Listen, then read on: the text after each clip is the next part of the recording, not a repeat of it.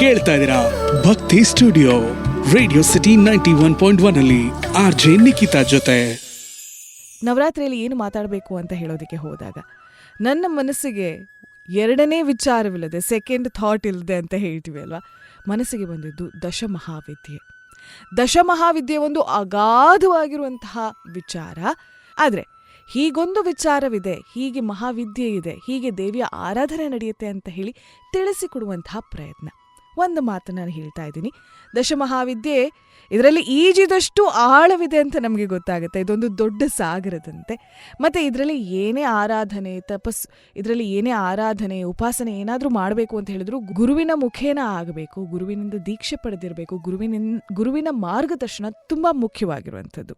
ಇಲ್ಲಿ ನಾವು ಆ ದಶಮಹಾವಿದ್ಯೆಗಳು ಯಾವುದು ಅನ್ನೋದನ್ನ ಮಾತ್ರ ತಿಳ್ಕೊಳ್ತಾ ಇದ್ದೀವಿ. ಏನಿದು ದಶಮಹಾವಿದ್ಯೆ ಅಂತ ಹೇಳಿದಾಗ, ಇದೊಂದು ಜ್ಞಾನ, ದೇವಿಯ 10 ರೂಪಗಳು, ದೇವಿಯ 10 ದೃಷ್ಟಿಕೋನ, ವಿಚಾರ. ನಾವು ಕಾನ್ಸೆಪ್ಟ್ ಆಗಿ ಅದನ್ನು ಅರ್ಥ ಮಾಡ್ಕೊಳ್ಳೋದಕ್ಕೆ ಹೋದರೆ 10 ರೂಪಗಳು, ದೇವಿಯ 10 ರೂಪಗಳು, ಪಾರ್ವತಿಯ 10 ರೂಪಗಳು ಈ ದಶಮಹಾವಿದ್ಯೆ ಅಂತೇಳಿ. ಸಾಧಾರಣವಾಗಿ ಉಪಾಸಕರಿಗೆ ಈ ವಿಚಾರಗಳು ತಿಳಿದಿರಬಹುದು, ಉಪಾಸಕರಲ್ಲದವರಿಗೆ ಅಥವಾ ಇದ್ರ ಬಗ್ಗೆ ಹಾಗೆಯೇ ತಿಳ್ಕೊಳ್ಳೋದಕ್ಕೆ ಹೋದಾಗ ಶಕ್ತಿಯ ವಿಚಾರ, ಈ ವಿಚಾರವನ್ನು ನಾವು ತಿಳ್ಕೊಳ್ಬಹುದು ತಕ್ಕ ಮಟ್ಟಿಗೆ.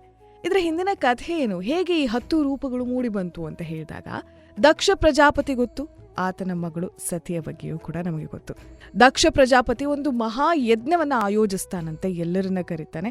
ಆದರೆ ಶಿವನನ್ನ ಕರೆಯೋದಿಲ್ಲ. ಪಾರ್ವತಿಗೆ ಹೋಗಬೇಕು ಅಂತ ಮನಸ್ಸಿರುತ್ತೆ, ಶಿವನನ್ನ ಕೇಳೋದಕ್ಕೆ ಹೋದಾಗ ಆತ ಹೇಳ್ತಾನೆ, ಬೇಡ ನೀನು ಹೋಗೋದು, ಮತ್ತೆ ಈ ಯಜ್ಞದ ಫಲವೂ ಕೂಡ ಅಷ್ಟು ಶುಭಕರವಾಗಿರೋದಿಲ್ಲ, ನೀನು ಹೋಗಬೇಡ ಅಂತ ಹೇಳಿದ್ರೂ ಕೂಡ ಇಲ್ಲಿ ಸತಿ ಕೇಳೋದಿಲ್ವಂತೆ. ಈ ಸಂದರ್ಭದಲ್ಲಿ ಸತಿ, ನನ್ನನ್ನ ನೀನು ಈ ರೀತಿಯಾಗಿ ನಿರಾಕರಿಸ್ತೀಯ, ನನಗೆ ಹೋಗೋದು ಬೇಡ ಅಂತ ಹೇಳ್ತೀಯ ಅಂತ ಹೇಳಿ ಒಂದು ಉಗ್ರ ರೂಪವನ್ನ ಆಕೆ ತಾಳ್ತಾಳಂತೆ. ಅದೇ ಕಾಳಿಯ ರೂಪವಾಗಿರುತ್ತೆ. ಈ ರೂಪವನ್ನ ಕಂಡು ಶಿವ ಅಲ್ಲಿಂದ ತಪ್ಸ್ಕೊಂಡು ಹೋಗೋದಿಕ್ಕೆ ನೋಡ್ತಾನಂತೆ. ನಂತರ ಈಕೆ 10 ದಿಕ್ಕುಗಳಲ್ಲೂ ಬೇರೆ ಬೇರೆ ರೂಪಗಳಲ್ಲಿ ಕಾಣಿಸಿಕೊಳ್ತಾಳಂತೆ. ಶಿವ ಆಕೆಯಿಂದ ತಪ್ಸ್ಕೊಂಡು ಹೋಗೋದಿಕ್ಕೆ ಆಗೋದಿಲ್ವಂತೆ. ಹೀಗೆ ಈ 10 ರೂಪಗಳು ಬೆಳಕಿಗೆ ಬಂತು. ಮುಂದೆ ಶಿವನಿಗೂ ಕೂಡ ಬೇರೆ ಆಪ್ಷನ್, ಆಯ್ಕೆಗಳೇ ಇರಲಿಲ್ಲ.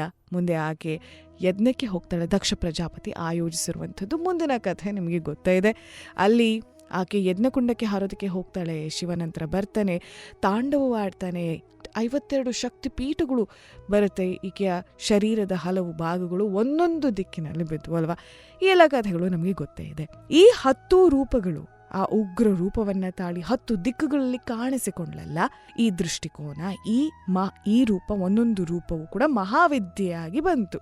ಈ ಮಹಾವಿದ್ಯೆ ಹಾಗಿದ್ರೆ ಆ 10 ರೂಪಗಳು ಯಾವುದು ಅದನ್ನ ಇವತ್ತು ನಾವು ತಿಳ್ಕೊಳ್ಳೋಣ. ಇವತ್ತಿನಿಂದ ನಾವು ತಿಳ್ಕೊಳ್ಳೋಣ ಈ ದಶಮಹಾವಿದ್ಯೆಯಲ್ಲಿ ಮೊಟ್ಟ ಮೊದಲನೇದಾಗಿ ಬರುವಂತಹ ರೂಪ ಯಾವುದು. ಕಾಳಿ ದೇವಿ ಮೂಲ ರೂಪ. ಇದು ಪ್ರಜ್ಞಾಶಕ್ತಿಯಲ್ಲಿ ಅತ್ಯುನ್ನತ ರೂಪ ಪಡೆದಿರುವಂಥದ್ದು ಈ ರೂಪ ಅಂತ ಹೇಳ್ತಾರೆ. ಆಕೆ ಈ ದಶಮಹಾವಿದ್ಯೆಯಲ್ಲಿ ಮೊಟ್ಟ ಮೊದಲನೆಯವಳು.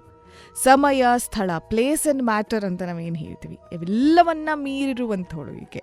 ಬ್ರಹ್ಮ ಅಂತ ಹೇಳಿದ್ರೆ ಇಲ್ಲಿ ಸೃಷ್ಟಿಕರ್ತ ಬ್ರಹ್ಮನಲ್ಲ, ಆತ್ಮದ ಮೂಲತತ್ವ, ಆತ್ಮದ ವಿಚಾರವಾಗಿ ಹೇಳಬೇಕಾದ್ರೆ ಪ್ರಜ್ಞಾ, ಆತ್ಮಜ್ಞಾನವನ್ನ ನೀಡುವಂಥವಳು, ಕತ್ತಲನ್ನ ಹೋಗಲಾಡಿಸುವಂಥವಳು. ಅಜ್ಞಾನವನ್ನ ದೂರಗೊಳಿಸಬೇಕು, ಕತ್ತಲನ್ನ ಹೋಗಲಾಡಿಸಬೇಕು ಅಂತ ಹೇಳಿದ್ರೆ ಬೆಳಕು ಬೇಕು. ಆ ಬೆಳಕು, ಆ ದೀಪ, ಅದೇ ಜ್ಞಾನವಾಗಿರುತ್ತೆ. ಜ್ಞಾನ ಶಕ್ತಿ ನೀಡುವಂಥವಳು, ಪರಿವರ್ತನೆಯ ಮೂಲ. ಈ ದಶಮಹಾವಿದ್ಯೆಯಲ್ಲಿ ಮೊಟ್ಟ ಮೊದಲನೆಯ ರೂಪ ಕಾಳಿದೇವಿ. ಉಳಿದ ಮಹಾವಿದ್ಯೆಗಳು ಈ ರೂಪದಿಂದ ಹೊಮ್ಮಿರುವಂಥದ್ದು. ಇನ್ನೊಂದು ವಿಚಾರ ಏನು ಅಂತ ಹೇಳಿದ್ರೆ, ಶನಿಯ